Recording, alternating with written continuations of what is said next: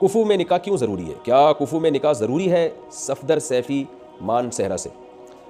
دیکھیں کفو میں، کفو کہتے ہیں ہم پلہ پیرلل کو، اس میں نکاح کرنا ضروری ہے، مگر مرد کے لیے نہیں، عورت کے لیے۔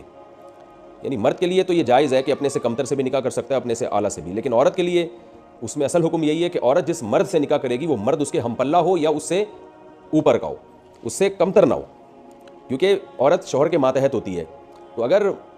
یعنی جو ہے نا میاں بیوی میں، اسلام میں بیوی شوہر کے ماتحت ہوتی ہے، غلام نہیں ہوتی لیکن ماتحت ہوتی ہے۔ تو جب آپ کسی کے ماتحت ہوتے ہیں تو وہ ذہنی طور پر آپ ماتحت اسی وقت بن سکتے ہیں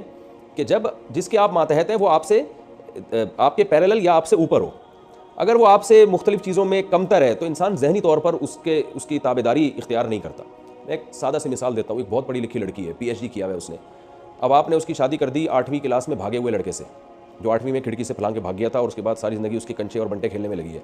تو اب بتائیں ایسی ایجوکیٹڈ لڑکی اور ایسی ہائی کوالیفائڈ لڑکی، وہ آپ بتائیں کہ وہ 8ویں کلاس میں بھاگے ہوئے اور کنچے اور بنٹے کھیلنے والے لڑکے کو اپنے سر کا تاج بنائے گی اور اس کی تابعداری اور میرے سرکار یہ سب چیزیں نہیں چلیں گی مارکیٹ میں؟ کہے گی یہ ہے کیا، میں اتنے اونچے خاندان کی اور اتنے میرا اسٹیٹس اتنا زبردست ہے اور یہ 8ویں کلاس میں بھاگ گیا تھا اور کنچے کھیل رہا ہے، ہر وقت اس کے منہ میں گٹکے رہتے ہیں، تو وہ ذہنی طور پر قبول نہیں کرے گی اور یہ شادی ناکام ہوگی۔ تو اسلام نے اس لیے بہت اہمیت کے ساتھ حکم دیا ہے کہ عورت کا نکاح جب کسی مرد سے کیا جائے تو مرد اس کے ہم پلہ ہو، پیرلل ہو یا اس سے اونچا ہو، اونچا ہو تو اور زیادہ اچھا ہے، ورنہ کم از کم اس کے جوڑ کا، اس کے برابر کا ہو۔ اور اس میں عرف کو دیکھا جائے گا کہ عرف کے لحاظ سے کون سی چیزیں ایسی ہیں جو ہم پلہ ہونے کا ایک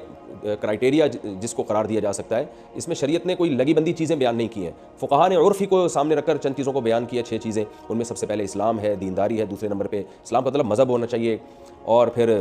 دینداری ہے، پھر تیسرے نمبر پہ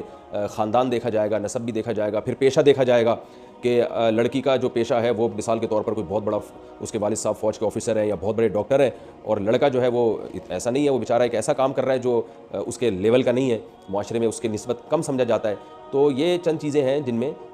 پھر لڑکی بہت ذہین ہے مثال کے طور پر، لڑکا بالکل ہی مکھنچو ٹائپ کا کوئی آدمی ہے تو یہ بھی جوڑ کا رشتہ نہیں ہے۔ لڑکی عالمہ ہے، تقوی پرہیزگاری میں مشہور ہے، یا بہت زیادہ نیک ہے اور لڑکا ایسے ہی لونڈا لپاڑے جیسے آج کل گھوم رہے ہوتے ہیں اور گالی گلوچ والے اور گھنٹیاں بجا بجا کے بھاگنے والے اس ٹائپ کے ہیں، تو یہ پھر جوڑ کے نہیں ہوتے۔ تو اس میں عرف کو دیکھا جائے گا۔ تو اس لیے